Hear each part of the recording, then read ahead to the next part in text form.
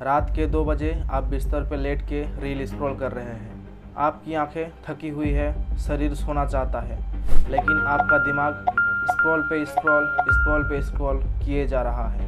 एक न्यूज़ से दूसरा न्यूज़, एक ट्रेजेडी से दूसरा ट्रेजेडी, और ये रील देख के आपके अंदर कभी इतना जोश आता है कि आप बिस्तर पे लेट के डिसाइड करते हैं कि सुबह जल्दी उठूँगा और रनिंग पे जाऊँगा।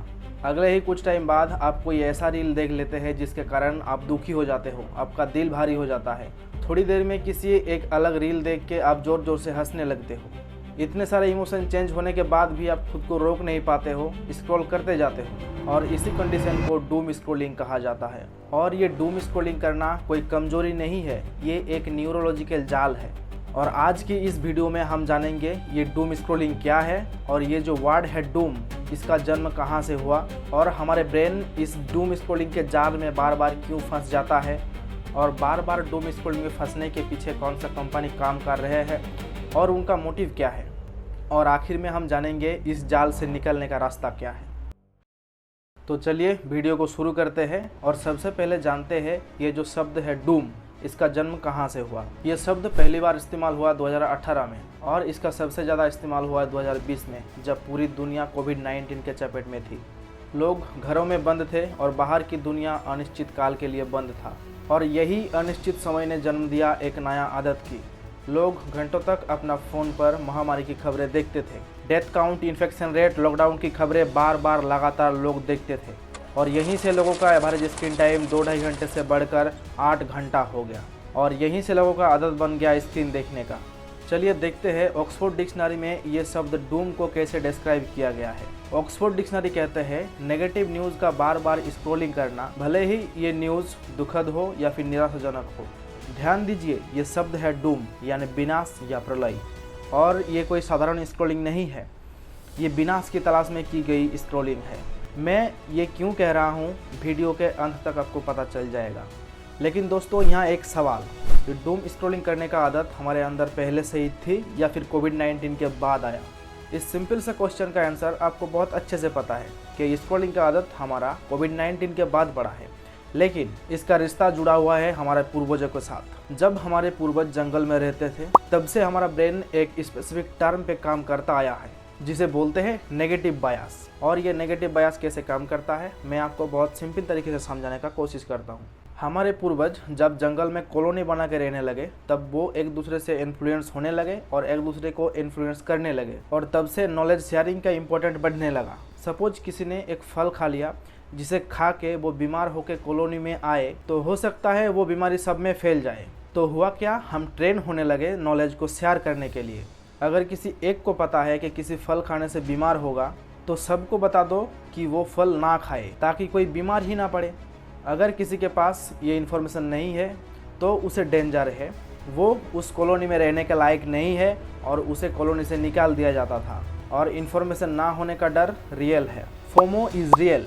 फोमो यानी फियर ऑफ मिसिंग आउट, मतलब मैं नॉलेज के मामले दुनिया से पीछे तो नहीं हो रहा हूँ, यही एक डर रहता है। और इसीलिए हमारे अंदर एक क्यूरियोसिटी बनता है, कहीं प्रोटेस्ट हो रहा है तो क्यों हो रहा है, उसके पीछे कारण क्या है, उन लोगों का डिमांड क्या है, कहीं मर्डर हुआ है तो क्यों हुआ है, किस लिए हुआ है, किसने किया है, ये सब मुझे जानना चाहिए। हर बात पे मेरा कोई ना कोई ओपिनियन होना चाहिए, वरना ये समाज मुझे कैसे एक्सेप्ट कर लेगा। और तब से हमारा दिमाग ट्रेन होता आ रहा है कि नेगेटिव चीज़ों पे ज़्यादा ध्यान दो, ये नेगेटिव चीज़ें ही आपको बचा सकता है। लेकिन आज हमारे बीच ऐसा कोई फ्रूट्स नहीं है जिसका हमें नॉलेज नहीं है, ऐसा कोई प्राणी नहीं है जिसका हमें नॉलेज नहीं है, ना हमारे बीच में बाघ घूमता है ना शेर घूमता है। आज के ज़माने का शत्रु है हमारा एक मोबाइल स्क्रीन, सोशल मीडिया, और हमारा ब्रेन आज तक ये डिफरेंस नहीं कर पाया। इसीलिए हमारा ब्रेन को लगता है कि हर एक नेगेटिव खबर मतलब जीवन मृत्यु का सवाल, और यही है हार्ड मेंटेलिटी। इसी के वजह से हम स्क्रॉलिंग में फंसते हैं। और इसी घटना से हमारा दूसरा क्वेश्चन का उत्तर मिल गया है कि हमारा दिमाग डूम स्क्रॉलिंग में क्यों फंसता है। लेकिन डूम स्क्रॉलिंग के बारे में साइंस क्या कहते हैं, चलिए उसे भी जानते हैं। आप बात करते हैं डोपामिन की। ये डोपामिन एक न्यूरोट्रांसमीटर है, जिसे अक्सर खुशी की हार्मोन कहा जाता है, लेकिन ये गलत है। डोपामिन खुशी नहीं देता, डोपामिन खोज के लिए प्रेरित करता है।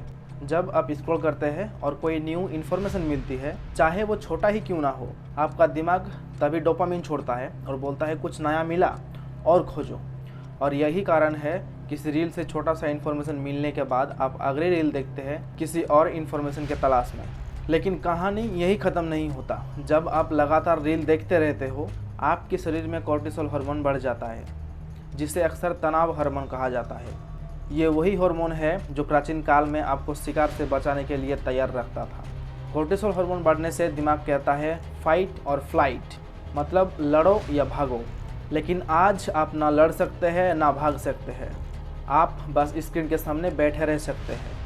ये तनाव हार्मोन कॉर्टिसोल बढ़ता जाता है, शरीर में जमा होता है, ये कहीं नहीं जाता और यहीं से डूम स्क्रॉलिंग का सबसे खतरनाक चक्र शुरू होता है। आप रील देखते हो, कुछ इन्फॉर्मेशन मिलता है, उसके बाद आपका दिमाग थोड़ा सा डोपामिन रिलीज़ करता है, जिसके कारण आप दूसरी रील में जाते हो किसी इन्फॉर्मेशन खोजने के लिए।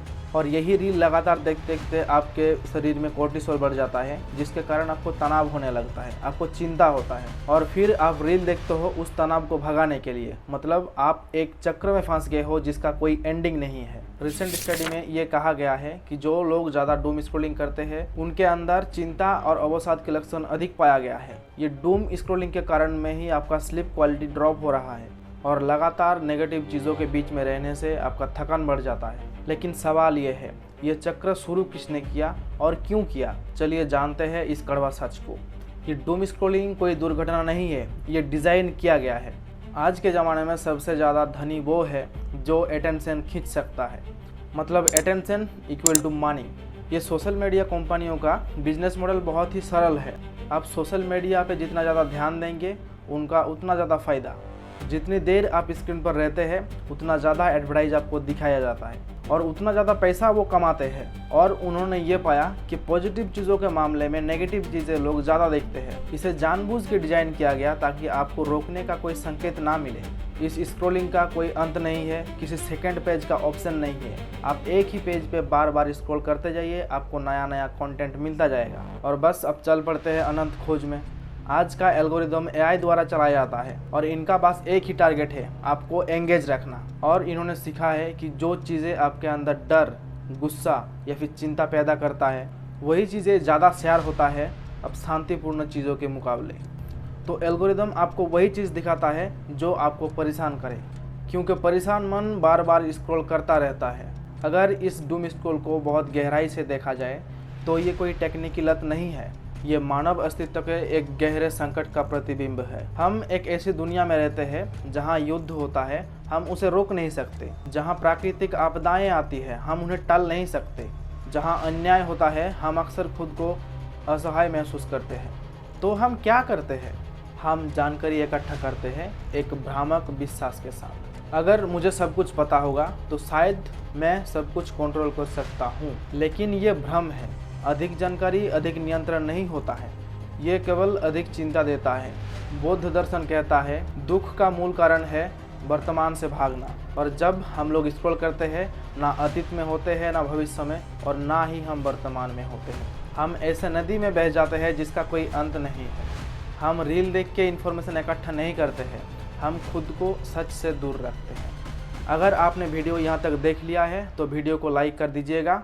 चलिए अब बाहर निकलने का रास्ता को जानते हैं। ये डूम स्क्रॉलिंग से निकलने का बहुत सारा रास्ता है, जिनमें से मैं आपको एक एक करके बोलता हूँ। पहला सॉल्यूशन है जागरूक स्क्रॉलिंग। अगली बार जब आप स्क्रॉल करें तब खुद से पूछिएगा कि मैं ये क्यों कर रहा हूँ, मुझे क्या चाहिए और एग्जैक्टली इस प्लेटफॉर्म में मैं किस लिए आया हूँ। दूसरा रास्ता है टाइम लिमिट।